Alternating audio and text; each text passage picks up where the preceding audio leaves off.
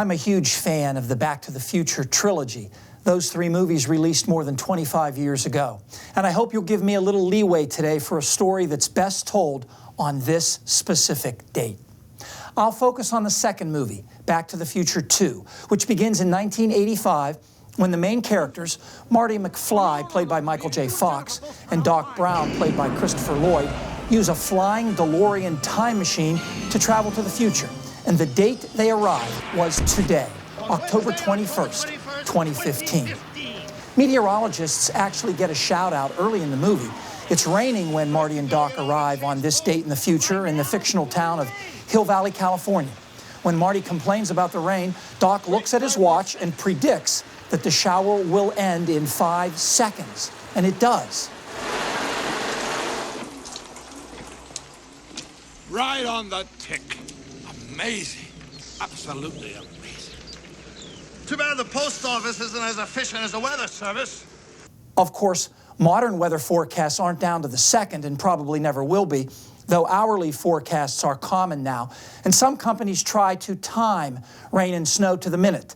But they're just extrapolating radar imagery, and if you really check the forecasts, you'd find that product is not very accurate.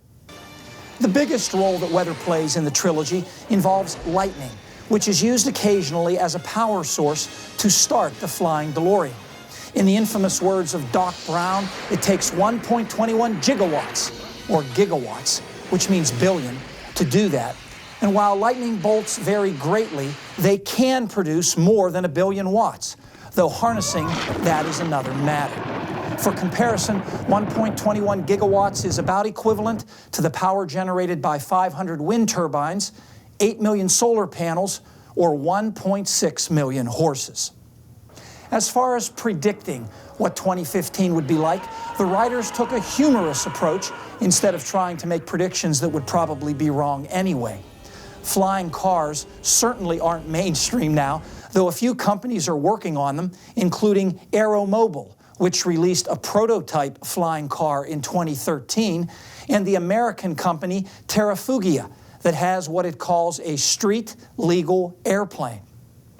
Hoverboards, which made several appearances in Back to the Future, are also still futuristic, though last year a similar craft powered by blasting air downward flew a full-sized man a world record of 905 feet. Also last year, a Silicon Valley startup demonstrated a true hoverboard that uses powerful magnets to keep a rider floating over a copper floor. But that board weighs 100 pounds, is very loud, and has a battery life of only 7 minutes, so it's still very much on the drawing board. One other prediction made in Back to the Future 2 is worth mentioning, that the Chicago Cubs would win the World Series this year, breaking a 107-year drought. And wouldn't you know, the Cubs are still in the playoffs right now. Wouldn't that be something? Fred is back next with the extended forecast.